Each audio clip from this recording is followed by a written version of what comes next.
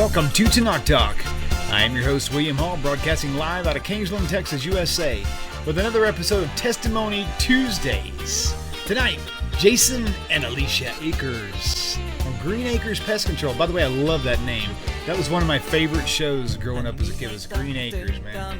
I know it sounds really corny, but hey, I love those old shows like that. They were so cool, man. I mean, the song is still stuck in my head. In fact, thanks to you, I think about that song like every single time now. That I just like, I gotta call Jason Green. I'm serious. It's like I gotta call Jason. Green Acres is the place to be. Woo. Yeah, that was a nickname of mine when I was a kid. That's why I came up with that. I said, well, if that's the best people could come up with to poke fun at my last name, I guess I should stick with it. Hey, man, it's awesome. I loved it. I love the entire thing. Where's my mouse? There it is.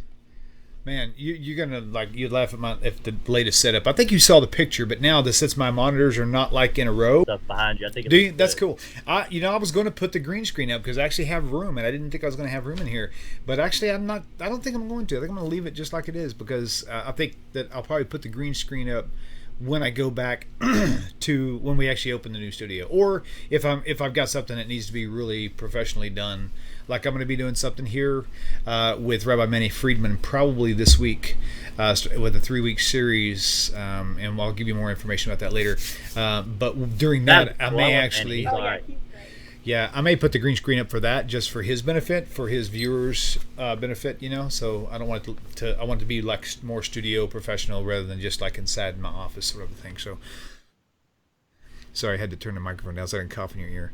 So anyway, I'm so glad that we finally got a chance to do this. This has been a long wait for me, and I know it's been a kind of a long wait for you. But if you were like me back then, it's like, it's like diving off the high dive for the first time. It's like, woo, yes, you get up there and you get up to the end of it. And you're like, that ain't happening. And you back up, and your friends are like, no, go, do it. And I'm like, okay, here we go. They got me all encouraged. I'm like 40 feet up in the air, and I start to bounce, and all of a sudden I start to go, and I come to a dead screeching stop at the end of the diving board again. Yeah. It's like when Rod Bryant had me on. But once you jump and you start flying out of the air, it's like a mile a minute. You're just flying through it faster and faster and faster. Once you get started, you just got to get started. Right, and that's what we're doing now. So we're going to get started, man. So, how are you? Introduce yourself to everybody. I'm sitting here looking at the screen. I need to look at the camera. I like looking at y'all's faces, though. It's like off-centered a little bit. They're like, who's he talking to? Is he talking to us or them? Okay. So, introduce yourself to the viewers, and just, take a minute or so. I'm Jason. Hi, Jason. She's Alisha. Hi. Are you sure that's Alisha? Yeah. Okay. Hey, we had a mustache problem earlier. I wasn't sure who had what. Yeah. She's gonna smack you if you're not careful. That would be good. That means y'all would be traveling here to do that. That would be great. Now you understand my madness. Okay, go right ahead. Oh, yeah. All right, y'all go ahead and introduce yourselves. I met Alisha when I was 12, and we met at a church function, and I've known her practically my whole life. She was 7 and I was 12, and so now we're old enough, because I'm old enough to not say what my wife's age is. So, everybody probably knows your age. Now you can say how old you are. Yeah, I'm not going to do that.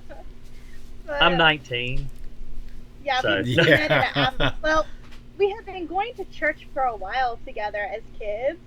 And what happened, I'll just share this story. It has nothing to do with our leaving Christianity, but we were at an apple blossom making event for church, and I had just turned 8 at the time, and we had been going to church for a while, but I didn't really know who he was.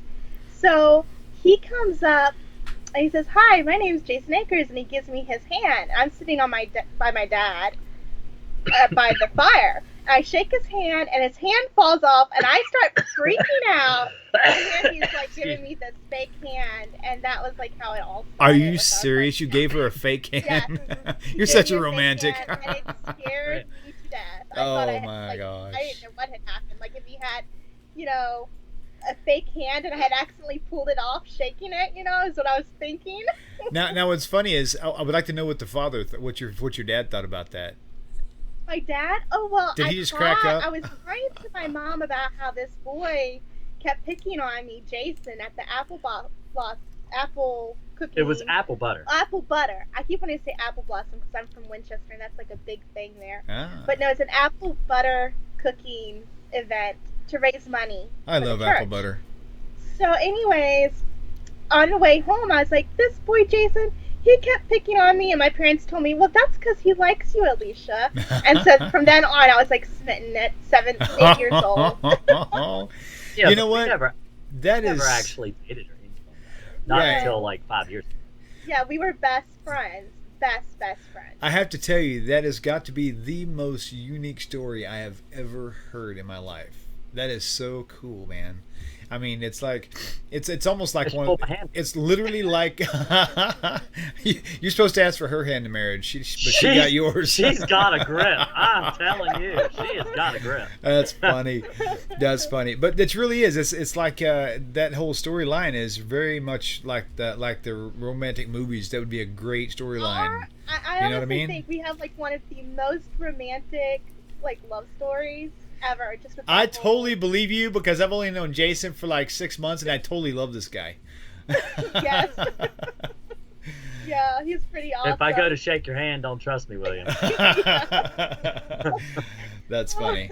Okay, so you guys, moving on along, you guys, so y'all met in church at a very, very young age, and y'all just stayed friends all these years, and now you're married. Oh my God, that's just wow. That's very warm and fuzzy. We were in a Messianic church. I've been in one since I was born. Basically, I wasn't even a year old. I had one Christmas, and that was it. And so, see, we're with the group that we were in, they didn't believe in Christmas or Easter or Valentine's Day. Basically all of the pagan holidays we didn't ever keep.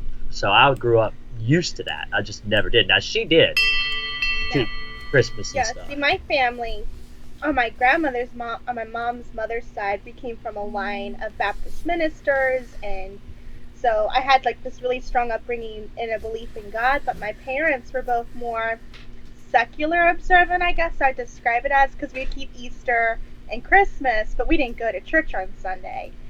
But I was born at home, and then my parents planned to have, they had my younger two sisters, they wanted to do home birth too, but my dad loved home birth so much, he's like, let's homeschool too. So we were doing homeschooling before it was even a popular thing. Like, that's funny. It was unheard of.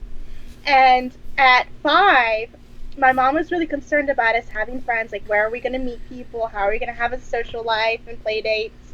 And so she decided she wanted to take us to Sunday school, but my dad had been a long time reader of the Plain Truth magazine that was published by Worldwide Church of God, right. And that was headed by Herbert Armstrong. And he's like, no, we're not going to go to church on Sunday. Saturday's the correct Sabbath, and we're gonna do that if we go anywhere. And my mom didn't really question him or anything on that. And so it's like, okay, I remember I was 5 years old, and Mom's like, Santa Claus isn't real. We're going to start going to church on Saturday. Right. Okay. We're changing our whole life. Okay, so, but growing up, both of y'all grow up believing that Jesus / Yeshua was indeed the Messiah. Hands down, no doubt about it. You both believe that with your whole hearts. And there was. You mean he's not? You didn't get the memo? Alicia, you didn't tell him why we're pulling. This is like the Jerry Springer show. You didn't know? Yeah. You didn't know? I left Christ? I can't believe this. This is awful. Right. Okay, so what ended up happening is we believed, as far as mainstream Christianity goes, we believed in Jesus. We didn't believe in heaven in the conventional sense. We didn't believe in hell in the conventional sense. We believed that when you died, you went into the ground, and that there's like this great millennial resurrection at the end of 7,000 years. And so I guess more Hebrew roots, more Messianic is the mind frame that we were brought up in. It was just twisted. Right. But there's a lot of things. Okay, so like when we went into Worldwide, after a year of being there, and I was 5, and then when I was 6 a year later, my parents were studying about the Trinity because the Worldwide eventually went more mainstream Christianity, and one of the earliest things they changed was the Trinity. And that was something, our belief was that God and Elohim meant family, and that God was a family. And that he wasn't three in one, but that it was God the Father, Jesus the Son, and the Holy Spirit was their power. And that's what we believed. And so we would say, no, we don't believe in the Trinity. And as a teenager, I remember saying, well, then we're not really monotheist. And my parents were like, oh, yes, we are. You know? And I'm like, well, no. That's very true. The way you word that is very, very accurately true. Right. Yeah, and so they're like, no, God's the real head. And so we are monotheist. And my dad's like trying to explain how Jesus is different. I'm like, but no, if Jesus is also God, or equivalent to. Yeah. Right. And so Trinity has been something, I think, for me, that along the way, that was like one of the key things that started me on this journey out of Christianity. Wow. Okay, so and Jason, you're obviously, y'all were going to church together, so y'all kind of followed in the same path. Did you both kind of start to come out of New Testament theology together? What happened was one year at the the way that this group that we were in, basically the Feast of Tabernacles was a vacation opportunity, and everybody got up and left and went and got their temporary booth, which was a hotel room, right? Right. At different places like Pigeon Forge, Myrtle Beach, Hawaii. Hawaii. It was a vacation. Is what it was. A vacation. It was a revival vacation. Is what it was really. And now that I understand more what revivals are, the thing about being in the worldwide was you were not allowed to read any literature at all unless it was worldwide literature. It was a pure cult. That's exactly what it was. It was a cult because, you were not allowed to read Jerry Falwell. You were not allowed to read, you couldn't read the Talmud. You couldn't read the Tanakh. You couldn't read anything that they didn't approve you to read. Right. As far as actual reading literature. It was, by definition, looking back on it now, it was definitely a cult. Yeah. And the thing is, we were at the feast one year, of course, on vacation, in Pigeon Forge, and we had started studying about actually a friend of hers that was also in the church. They started studying the new moon and how the month was to start. And of course, it's pretty plain that this is the way the month started. And I'm sorry, I've got a little distracted. My dog's looking under the door at me.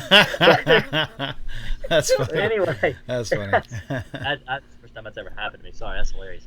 But anyway, so the new moons, and we were reading about the new moons, and it was way off as far as because we were wrapped up in what the Karaite. That's our first introduction to the Karaite calendar. Gotcha. Right.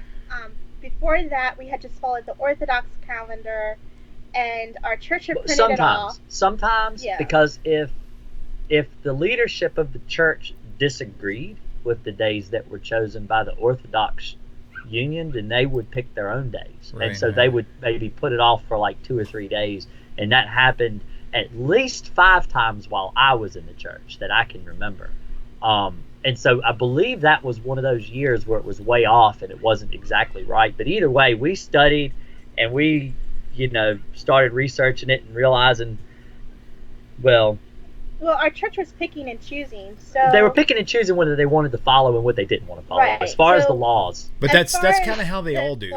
Yeah. As far as the holy days go, they believed that all of the holy days were correct, but the way that the Orthodox observed them with their calendar and the way it was laid out in the Talmud.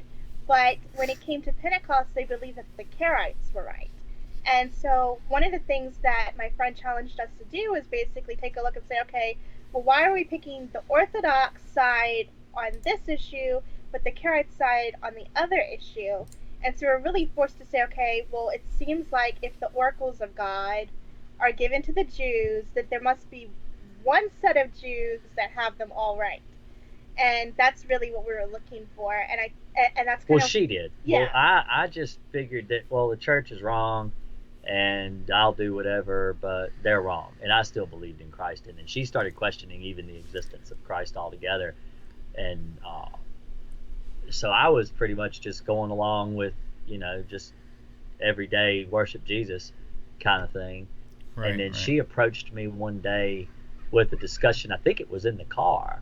We were traveling somewhere. We drive a lot. We used to get up and just drive places just because it's what poor people do. You just ride around. But we were out riding one day, and she just happened to mention to me, she said, do you ever wonder if maybe Christ just was made up? That what if Christ wasn't, didn't exist? What Sure. if it was just some story people made up and in order to control people, which is what I believe now. Looking back on it, I honestly think that's what the whole invention of this crazy religion.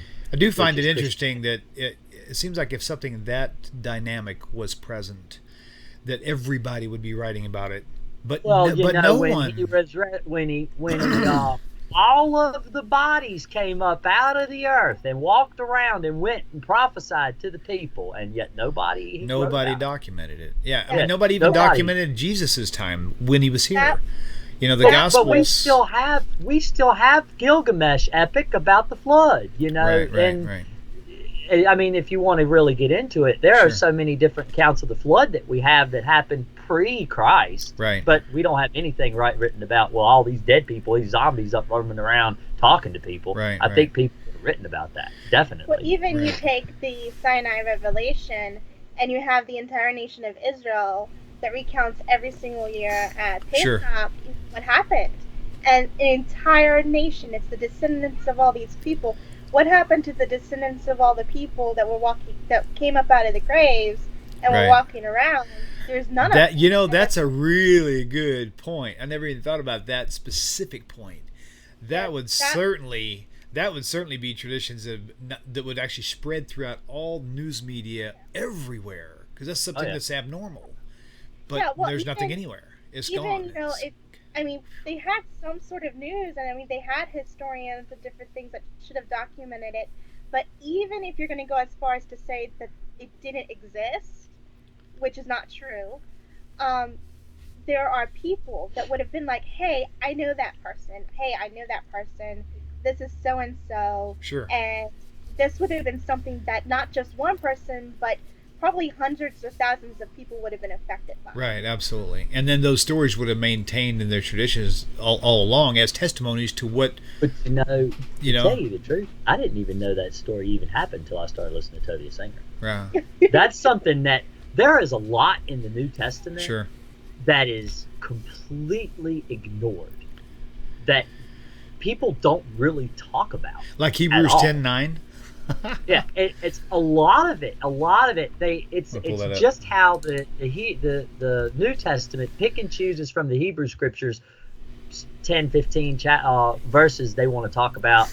And if you ever actually go to church, they'll have an entire sermon, an hour or more long, on just one sentence in the New Testament, and they just don't talk about anything else. And so I feel like it's really, we're going to choose what we're going to talk about today. Right. Like Pentecostals, they like to really, they like to dwell on the Pentecost, the day that all the people talked in tongues and all that. And it really just depends on which part of the New Testament you want to follow, on what denomination you're going to be a member of. Right. That's how I feel about it. But anyway, we are getting way off subject.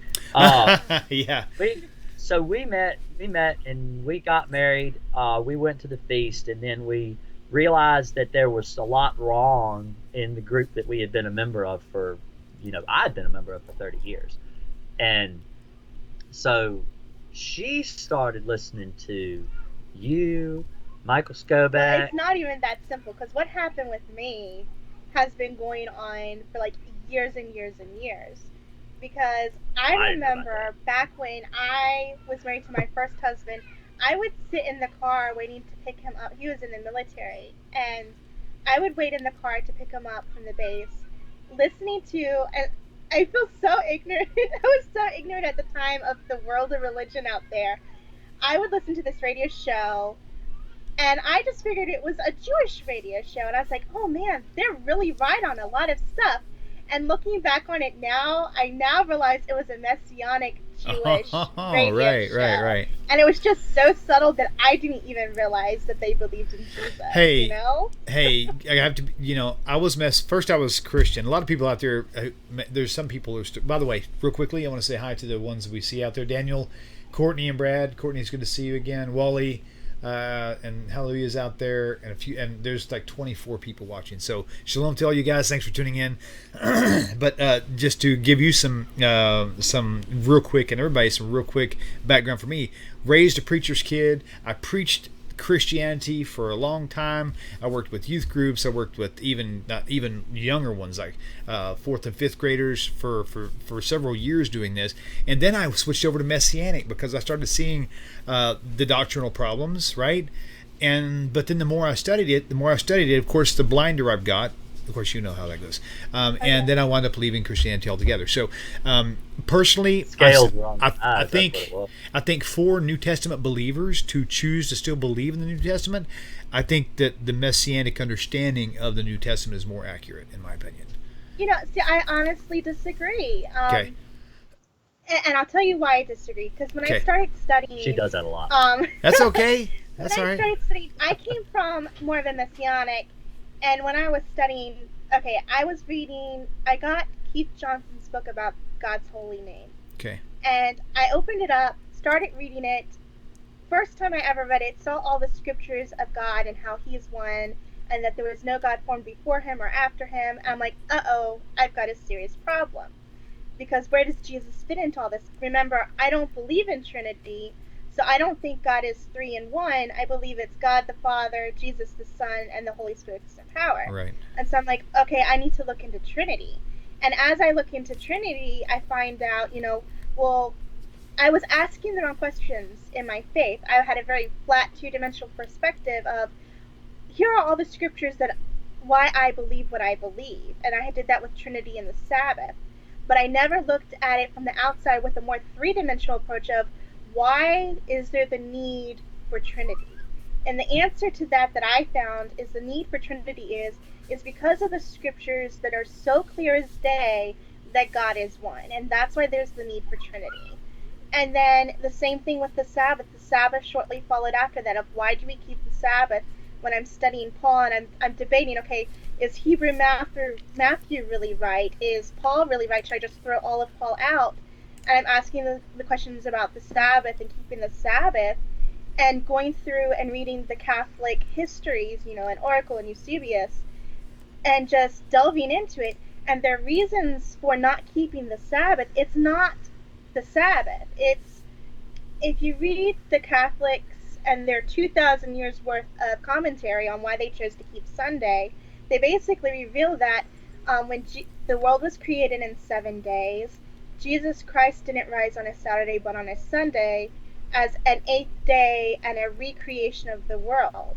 And that's why they keep Sunday, to commemorate this new creation within Jesus' sacrifice. So you do away with the old and you go into the new. And so the leaving Saturday as the old covenant and going into the new covenant of Sunday, and that's their reasoning for it. And they have a little bit of scriptural evidence to support that. And so from my perspective and reading all of the histories, I spent probably a good 3 years studying, these topics. Sure. And from my perspective, Messianic, I feel, is you have Catholicism. So if you believe in Jesus, it's closer to the Catholic truth and the truth of Jesus.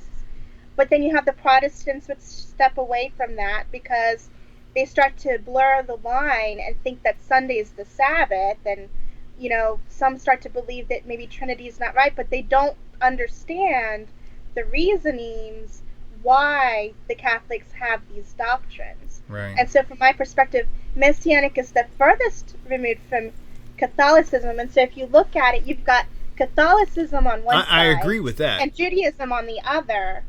And Messianics is further and further away from Catholicism and Agreed. the truth of Jesus. Now, as far as closer to the truth of God, I would agree that Messianics is closer to the truth. Right. And that's basically what I was saying, because Okay. because really what separates Christianity from Messianic Judaism is more than just calling him Yeshua. It's more than, it actually has more to do with the law itself, and you know what I mean. So their understanding of what they perceive the law being taught, like Matthew 23, verse 1 through 3, and like so many other areas, like in Hebrews where it talks about, it says that if you continue to sin after being made aware of the truth, there is no forgiveness for you, except a fearful indignation or fiery indignation, whatever the case may be. I mean, all these things, they look deeper past what church doctrine teaches and try to find out, why would Jesus say, the scribes and the Pharisees sit in the seat of Moses, therefore everything they tell you to do. But what happens is, in the church, they don't focus on that part. They focus on the next few verses. It says, but don't do after their works, because they're hypocrites. So instead of reading the first 3 verses, they say, don't follow the Pharisees because they're hypocrites. But wait a minute, it's not what Jesus just said to do. He said to follow them, but don't do that. Okay, so if you look at the wrong verses, like Jason was saying, they fixate on 1 or 2 verses, and they make an entire sermon out of it without the proper context. Right. And that's what, which is what misleads all of New Testament faith. Well, and to play devil's advocate, though, with that particular verse, Jesus hadn't died. He hadn't fulfilled his life. He hadn't lived a perfect life. So therefore, isn't he still bound by Jewish law? And so technically, wouldn't he still have to follow the Pharisees? But then when you get later into Paul's writings, isn't that then at that point done away with? That depends on which letter you read.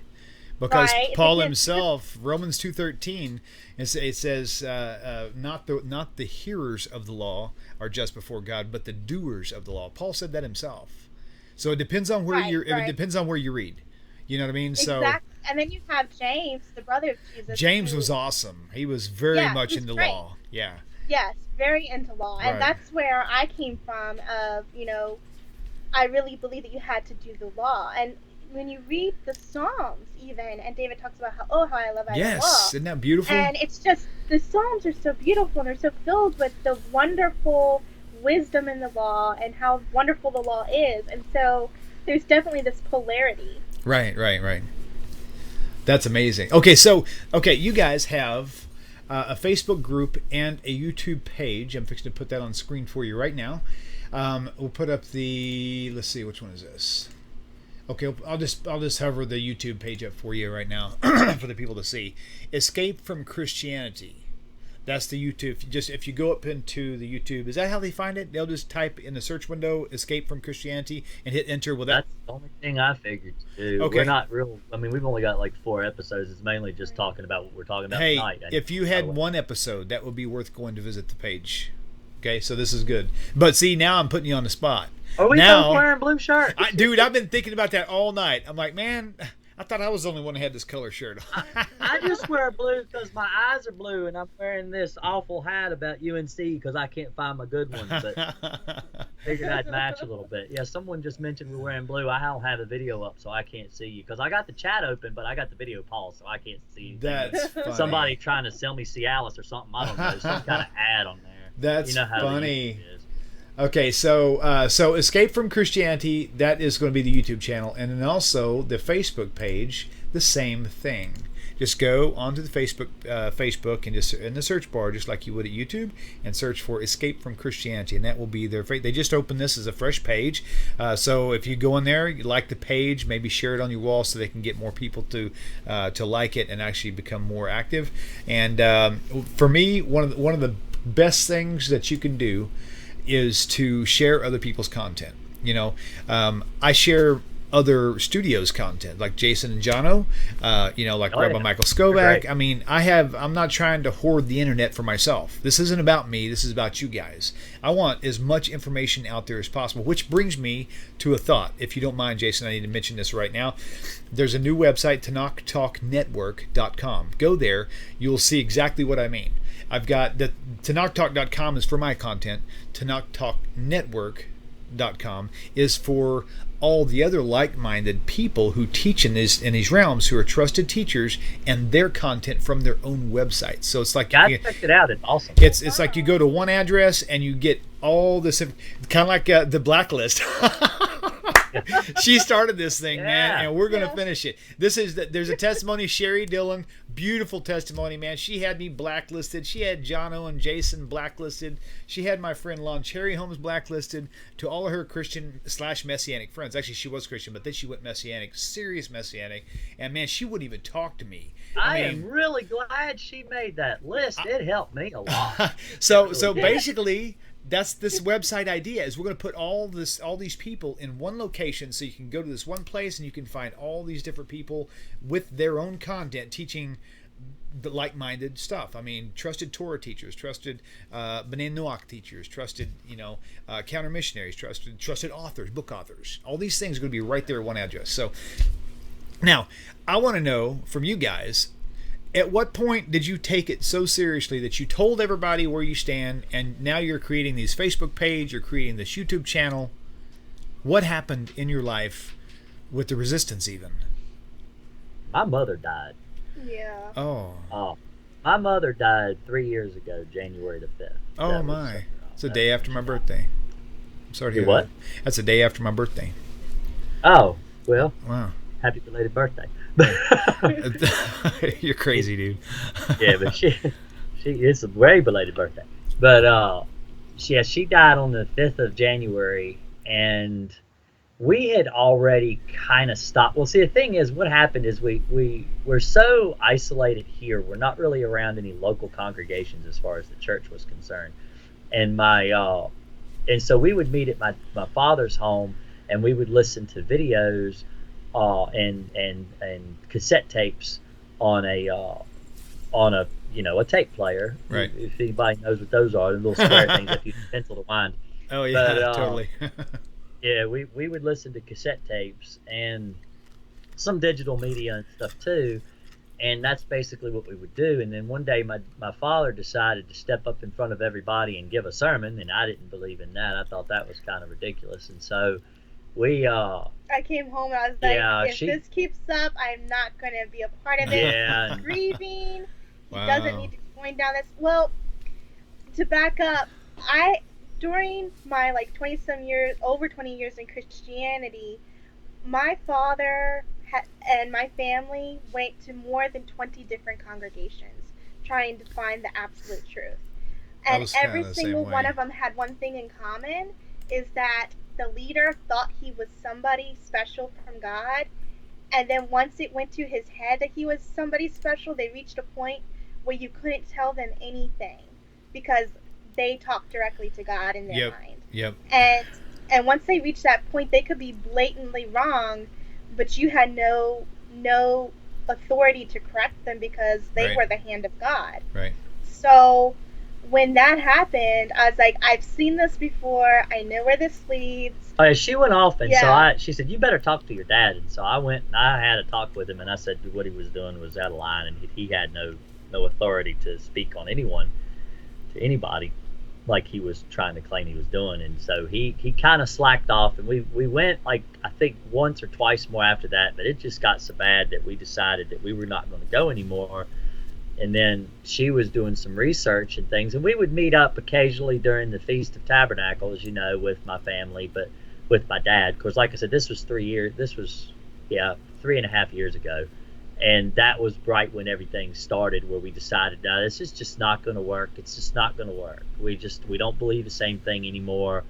And we still will, we went out of town a couple years. We didn't last year. We're kind of still coming along with the what is it, the sukkah and everything. We haven't made a sukkah yet, but we, I was thinking might set up a tent or something like that maybe this year. But as far as it's not a vacation. It's not what it's about at all. Right.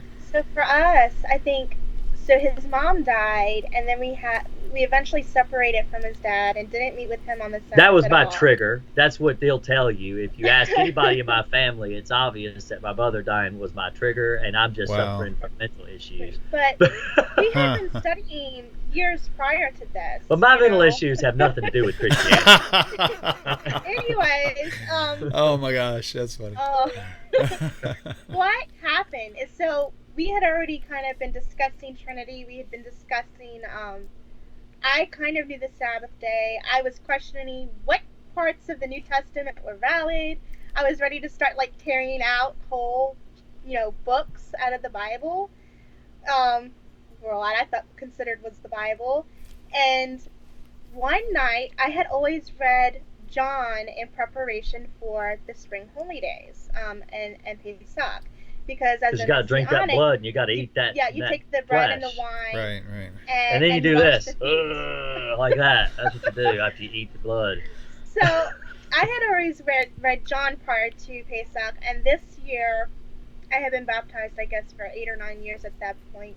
And I decided to read Matthew because I had always read John. I thought, well, I could read Matthew this year. Sure. So in reading Matthew, I got to the point where it says, and I don't know the chapter exactly in the verse, but it talks about it. It says that day was the day of Passover.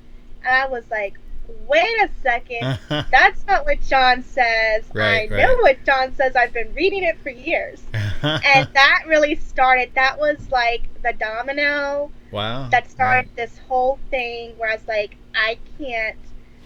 The more I studied into it and the more I learned how the Jews kept it and how they figure, when they take the Passover lamb and everything, I was like, you know what? I can't keep this. I heard it has Jason nothing to do with sin. Yeah, Jason from Spiritual Babies had Stuart Federow on that night, right around that time. And I don't know if it was like recorded just then or if it was just an older video. But I listened to that video probably 20 times over like the next several days. And then I called you to talk to you. I was like, I don't know if you remember that. Yeah, call. I remember. I was like, I remember it feel vaguely. like I'm 5 again, and my mom's telling me Santa Claus isn't real. And then wil'Liam and my wife conspired to get me away from Christ because he's like, let him come on his own. Yeah, just give him his own space. Let me tell you. Was it good advice or not? Yes, it was. Now looking back on it, it worked out very well for me and my circumstance because I'm one that typically I have to be like, look at this, look at this, look at this. Right. This is what it says. This is real. I've studied it.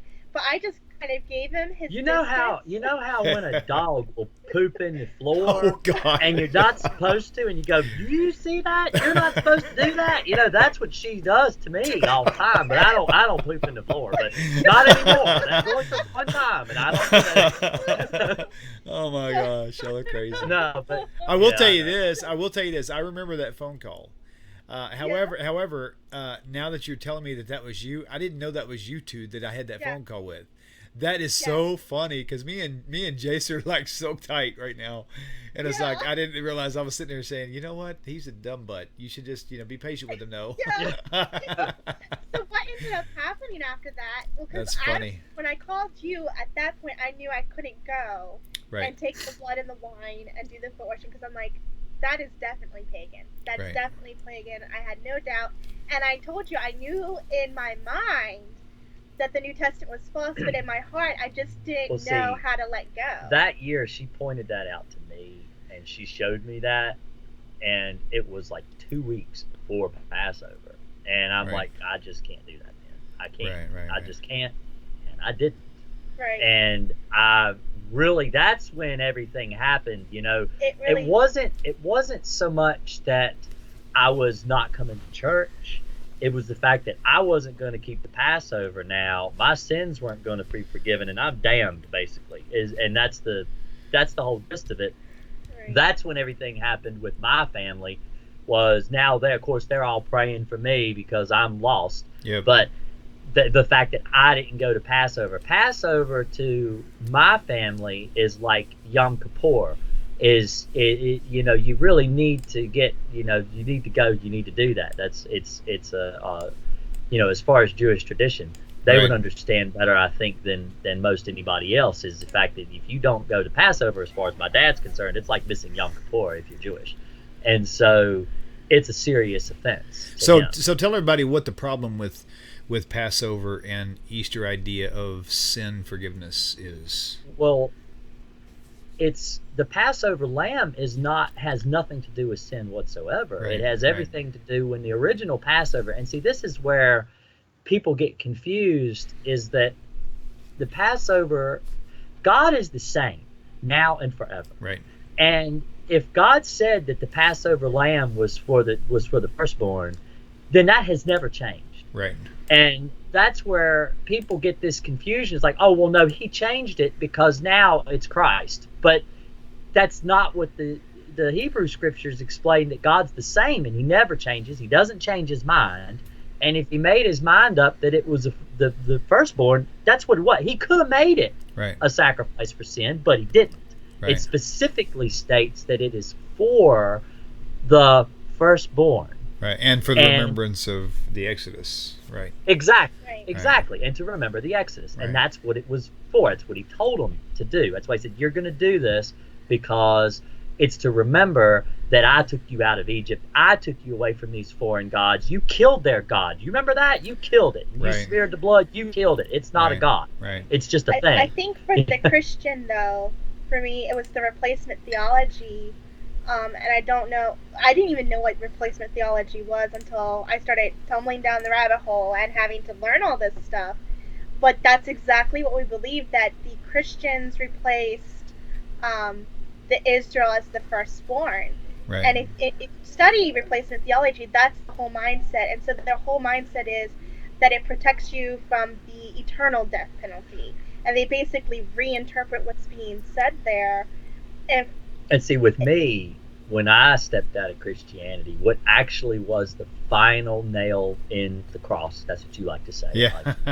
That's a good one. I like that. Was that, well, Christ is, with lack of a better word, he's a bastard.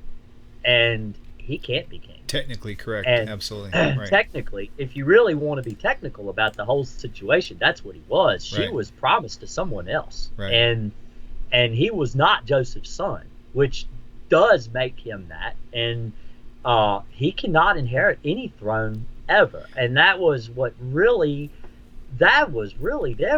no other way around it. I mean, whether he's a Messiah or not, he is definitely no one's king. And furthermore, he can't be a priest and a king anyway, because you have to be from two different bloodlines for that to take place. See, that's another thing that makes so much more sense, having come out of Christianity and more into Judaism now, is that everyone has their job.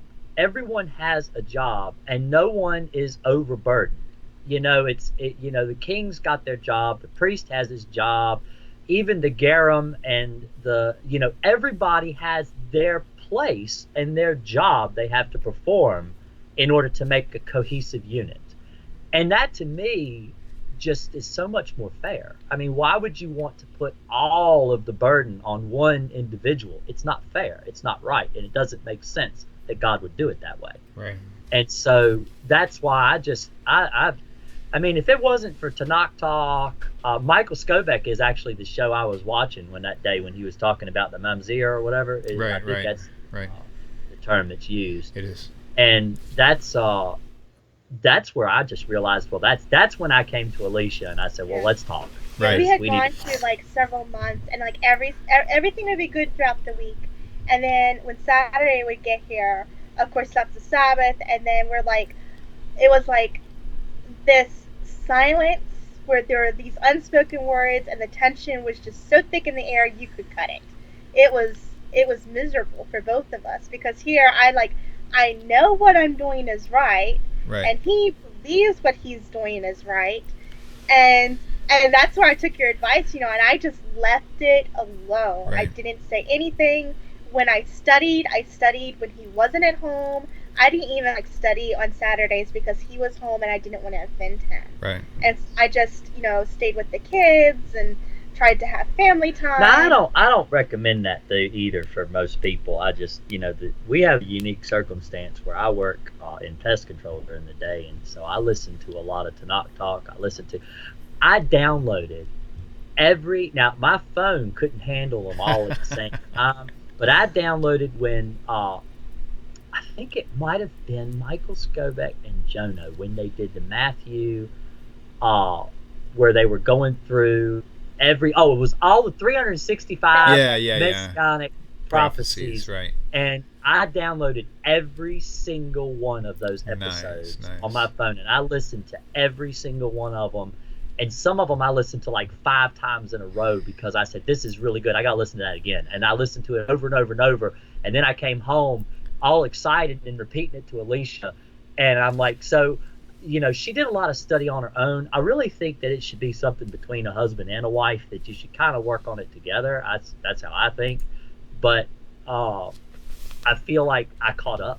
But she was way ahead of me when I realized that, Christ was false god. I realized that, man, I got a lot of catching up to do, and I started really looking into it and reading it and researching and listening every day. I'm a audio type person, right? So same here, big time. I like to listen. I got Daniel Tabor's book. I heard about that on your show. Right. I think it was your show, the Paul and Jesus. Right. I listened to that. I have listened to that at least 20 times on Audible. On my phone. There was the other book by the agnostic. What was his name? I can't remember, but James Tabor's book is really good.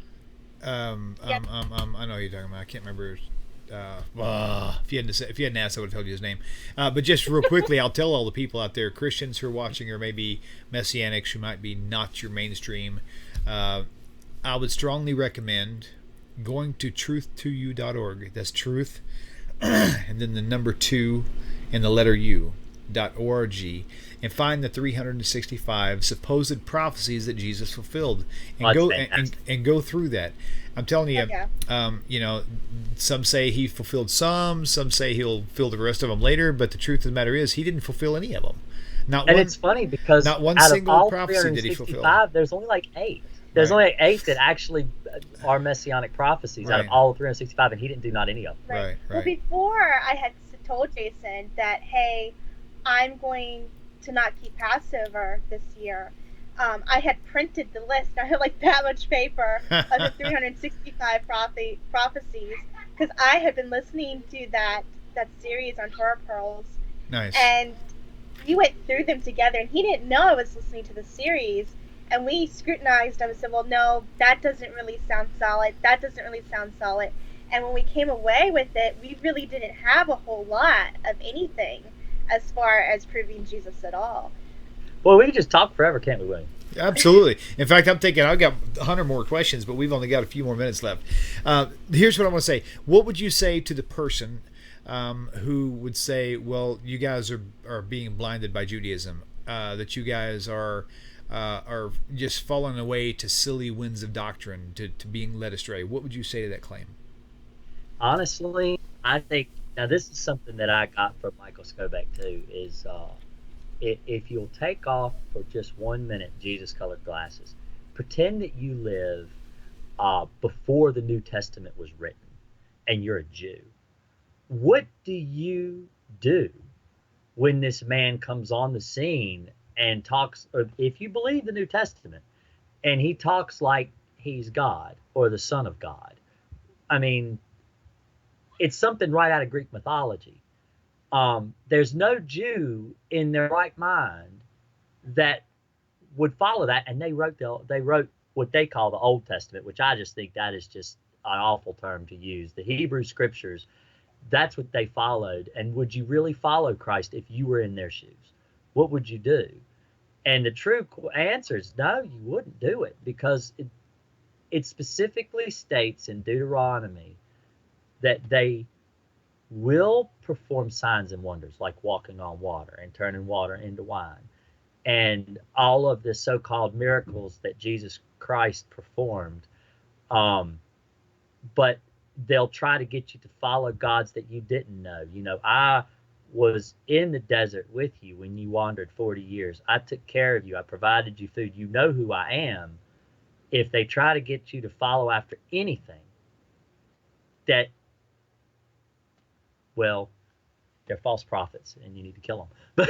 But don't do that. Right. I would say, if people think that I've done something and I'm blinded or something, I have spent years and years and years of restless nights up crying and studying and reading, and really you have to go and you have to look at it from both sides. I've looked at it from the Jewish side, I've looked at it from the Christian side and the Muslim side, and I've looked into other religions, and I've looked at Catholic, Baptist, Pentecostal, and if you go and you look at the debates between these people and just watch the debates and see, okay, well, this is a good point and that's not a good point. And for me, every single time, I felt like Judaism just hit it out of the park. Now, one thing I just noticed, I noticed that someone had just made a comment. Do you mind if I respond, William? No, in fact, I recommend it. Go ahead. Tell Courtney us. Brad, Oh yeah. Let me explain. Let me give you some context. Courtney is a new follower of the channel. She is still in the Messianic, but she's not mainstream at all. She's very unique, and so she's got some really good thoughts. So go ahead. Well, but if they try and get you to turn away from the Most High, Yeshua didn't. But the one thing that Yeshua or however people say it, I just say Jesus because that's a mainstream name. Right. It's easy for me. But he did go in and flip the money changers' tables, and that was commanded to do by God. That's a sin. That's they weren't doing anything wrong, and yet he went in to try to usurp authority.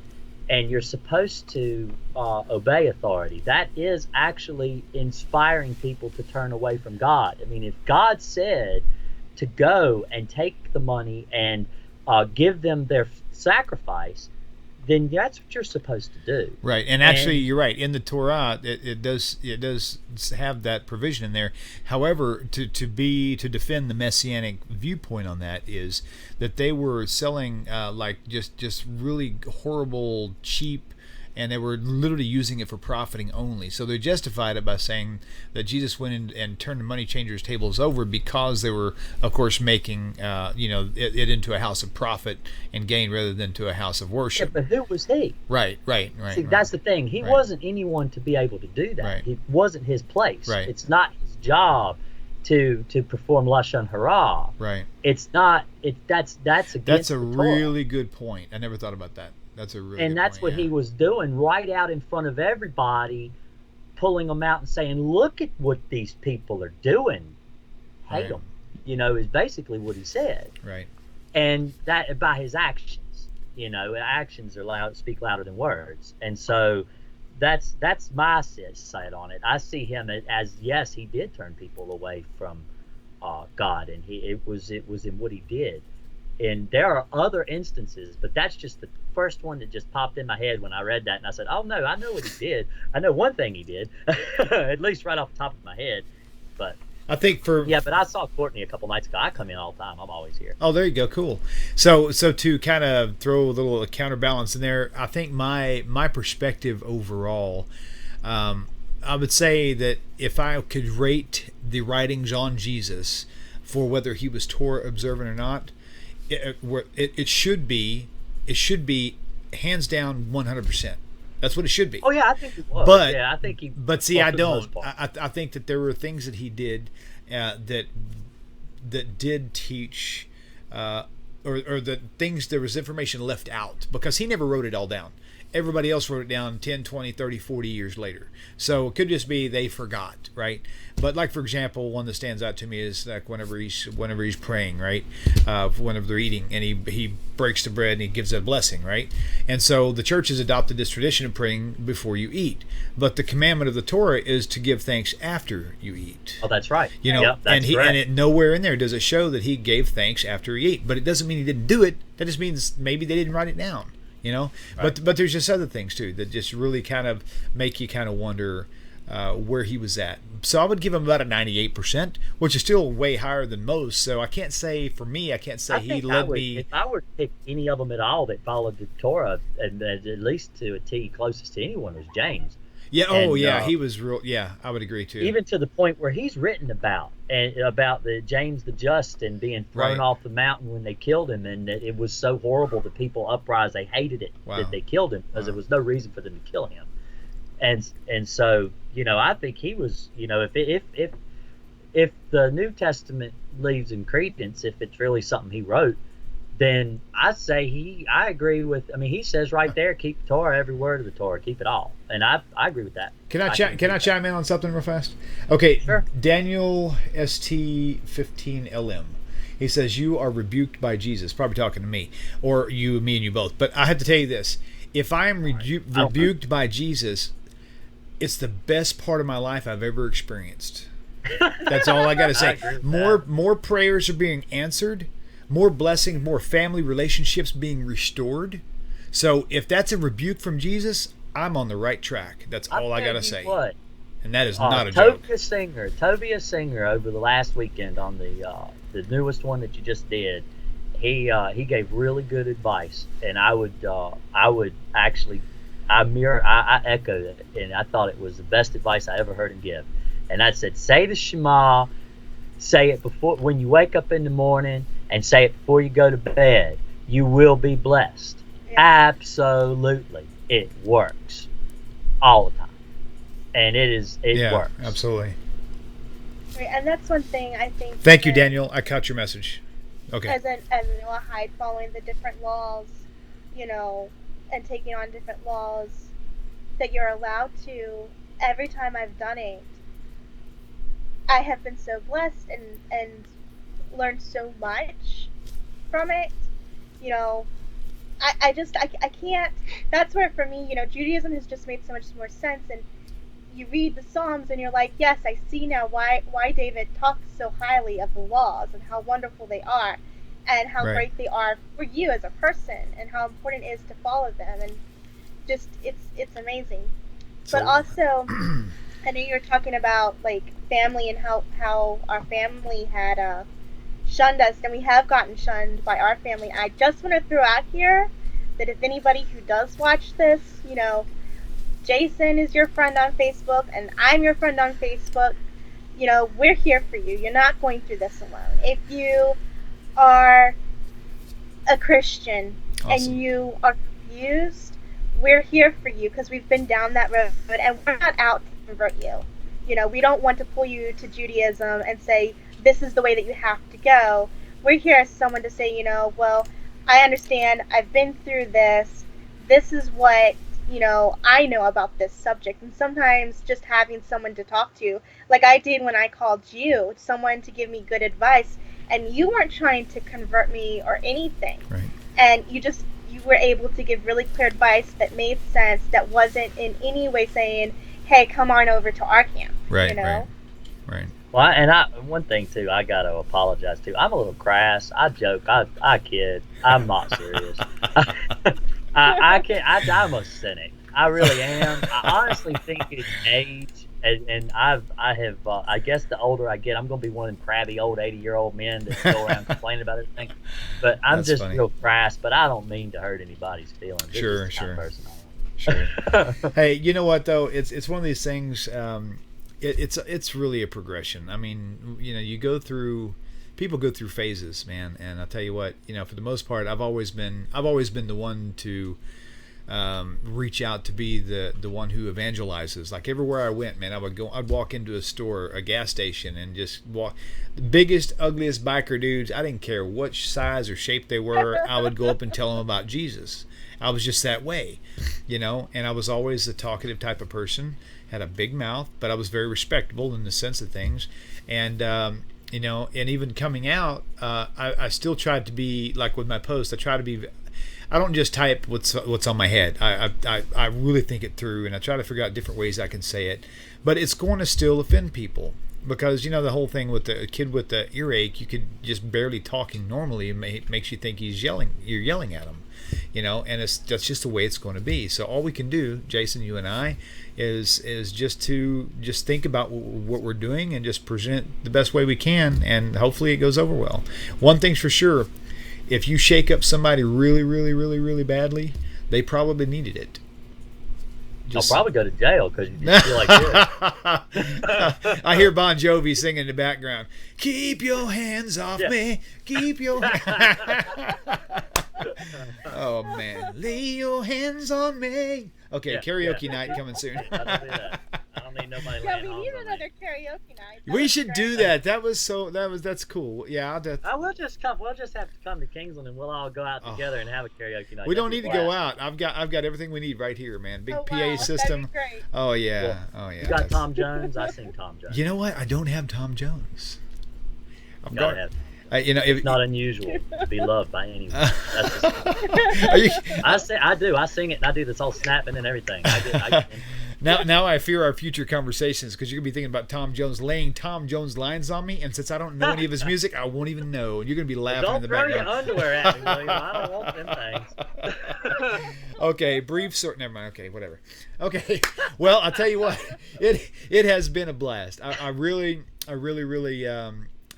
appreciate you, Jason, for all that you've done for TORAH Talk, and Alisha. Thank you for lending him to me, like just relentlessly at any time. You never complain, at least in front of me. I mean, the bruises wore off of him pretty quickly. So I like the help.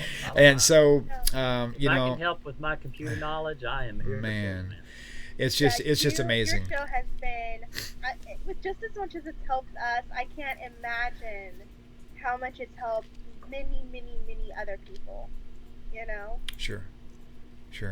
It helps me even now, it really does. It really does. You can't quit. No, this is something that's going to be, at first it was just going to be a couple shows whenever I met Rabbi Singer the first time, but then as I was just moving forward, I just felt compelled to this needs to be broader. And then I really didn't expect it to go to where it's gone. But now that it's here, it's like it's very clear image in my head. Hashem put in my head, this is something that's going to be around for years and years and years and years and years to come. My son will be hosting this show 20 years from now, 15 years I just feel like the knowledge, the more it's a good, Jason and Jono, they have their sites, and Jews for Judaism. I almost said Jews for Jesus, but Jews for Judaism. Jews for Judas. You're funny. Yeah. Outreach Judaism. Right. All the different websites out there. But I like TORAH Talk because it kind of just pulls it all together in one little ball, and you got all that information right there, and it's really, what is it, 300 videos now? It's like, this is 302 or 301 now, for sure. So many videos and information there, and the links and all that are just so beneficial to people. You can find any answer to any question you could possibly have about Judaism in TORAH Talk. Anything. Just look through them. There's so much there. Right. So, and the content is going to increase as well. We're going to have more and more rabbis and teachers on many different topics, actually. So I want you to show me more of that beginner Hebrew, though. We got to get there. Okay. I was really getting into that. I've only got 2 episodes out. I was planning on doing one this week, but I just got contacted by Rabbi Manny Friedman's son, Zalman, and he's wanting to put together a 3-week class, and so we may do the first. That's one thing. Now that it hit me, and that's even more better advice even than if someone were to ask me, I would say learn Hebrew. Because great advice, yes. You start. It doesn't even take a week to learn enough to know. Right. That it really doesn't. When I first started, I started using Rosetta Stone on the computer and learning modern Hebrew, and even that was better than nothing. And then when you actually learn that what is actually being said, it's you can't read the New Testament anymore. Right. You just can't. You can't do it without making sure that they did it right, which they didn't. Yeah. They did. You can prove it without a doubt, because if you admit that the Hebrew scriptures, the whole habit's hard to break. I tell you, if you know that the Hebrew scriptures are the inspired word of God, then you know that the New Testament is not. Right. Absolutely. Right. And that's because it can't be, because they're diametrically opposed to one another. I completely agree. That is the most true statement I have ever heard, and I stand by that myself for sure. Yeah. So it's definitely absolutely vital. There's so many Christians out there who don't even know what the word Hebrew is. They think, well, the Jews have their translation, so why should I trust the Jews' translation? They don't get it. It's not a translation. They don't need it. It's the original. It's their native tongue. They know what it says. They don't need someone to translate it for them. It is their language. And if they could just really wrap their head around that, they wouldn't have to say, well, the Jews just need to really study. No, they don't need to study the New Testament. All they need to do is know what their Testament says, what the Hebrew Scriptures, a.k.a. Old Testament, what it says, and be able to understand it, which they do perfectly. Then there's... it would be like me come up to you right now and say, Jason, I know you're in pest control. I know you've been doing it your whole life. But, I found a new solution to getting rid of cockroaches. And all you have to do is take pure cane sugar and set it on the counter. People do it to me all the time. But you see my point. And see, but I can't tell you that. It's the most irritating thing, I'll tell you what. Yeah. So... Yeah, it would be great if if I could have a show request. I would really like something to be done where there's this myth in Christianity that the Jews tampered with the Hebrew Scriptures and that they're not the same as the ones that we have today. Right. And I know that the Dead Sea Scrolls have proven a lot of that wrong. Yeah, right. If someone could go over that. You know what Rabbi Singer did before, because I hear that claim a lot too. Have you? And in short, because we have to keep it short, basically is this: the Dead Sea Scrolls supposedly were, they had all these psalms and all this other stuff, and they even had this one thing where it was a big mix-up because there were certain fragments that weren't even found in Qumran. They were found at somewhere else at this other cave, Nachal, and there was misspellings in it. Actually, the sloppy text, and it was actually misspelled, right? And it was from a parchment from the Psalms, and they were saying, "See, right here is even proof that Jesus, blah blah blah blah blah." But they don't do the research to find out that wasn't part of the Dead Sea Scrolls, And then they'd go with the LXX Septuagint, how the entire Old Testament was mysteriously translated perfectly by 70 rabbis, and that's not true either. It was only the first. It was only the first 5 books of the Torah that was perfectly translated. Yeah, but that's another thing Rabbi Singer touched on too. It doesn't exist. The original. Right. Correct. Well, prior to the Dead Sea Scrolls being found, and I forget his name. His name escapes my memory at this point. But there was a man who basically came up with a theory. It was like the 1800s or somewhere around there, that the Jews must have tampered with the Hebrew Scriptures. Right. And that theory still exists today. My dad is a big believer in this theory. Right. And you can actually go through his theory and then show how the Dead Sea Scrolls, how we have enough evidence to show, and from other texts around the world, that they have not been tampered with. Torah scrolls around the world, that they have not been tampered with. Now we're talking about 2 different things. Now we're talking about the Torah, and then the Nevi'im and Ketuvim, the Nach, right? So you're right. The Torah. I actually have a Torah scroll. It is by text, it's kosher. It's not a kosher in the sense of its quality, but likewise, letter for letter, size per letter, all these things are identical. Every Torah scroll on the earth, they all match identically. And here's the thing, too. Yeah, because if they mess up, they got to get rid of it. Here's the thing. They can actually edit certain things, but if they mess up with certain aspects, there's a certain way they have to deal with it. And sometimes they'll even go to the point of actually burying this thing and actually starting over. I mean, there's a lot of rules involved in this thing. But the whole deal with the Dead Sea Scrolls, there were pieces, what would you call, fragments from different parts of the Tanakh, right? But even with that was 120 or so BCE, whenever these things were supposedly dated, before Jesus' time came around, and even those match the same Masoretic text. So the claims against that are just people trying to just disprove it altogether. People who really want to derail it. I think that's my biggest frustration, when people haven't gone through and thoroughly researched everything. Sure. And it gets under my skin, because my dad will tell me this. I'm like, Dad, that's not true. That is so not true. And it's just like, oh, yeah, sometimes it can get really frustrating when you know and you've read it and you've researched it, and they're just saying, yes, it is. Yes, it is. That's unbelievable. Well, guys, it has been a whole lot of fun.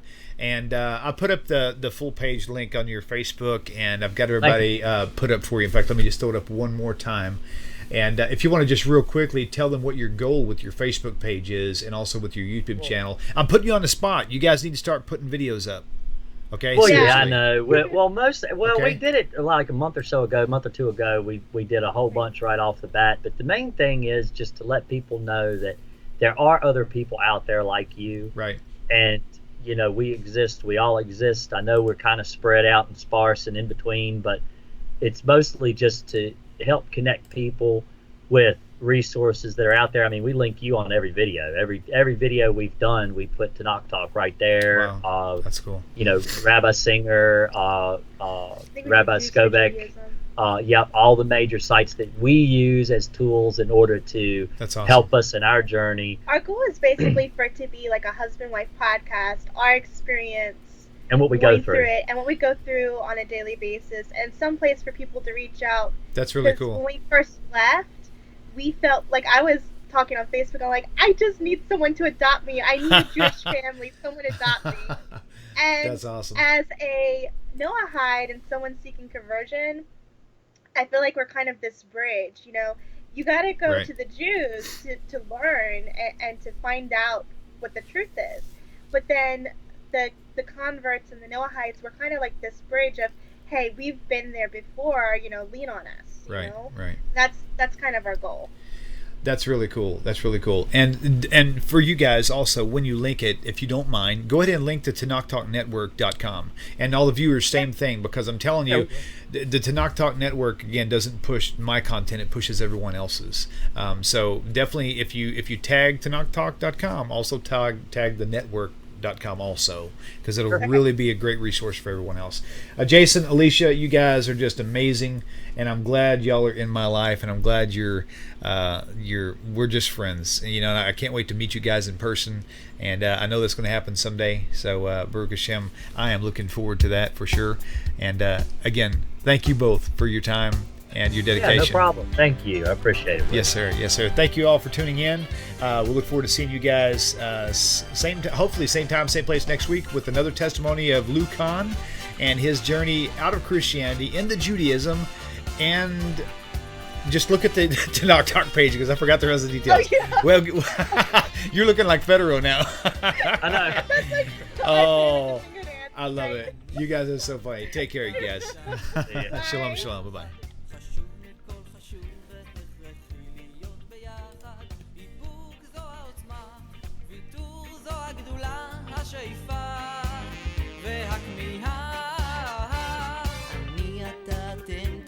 תמיד כולם ביחד, חשוב מכל חשוב והכרחי להיות ביחד.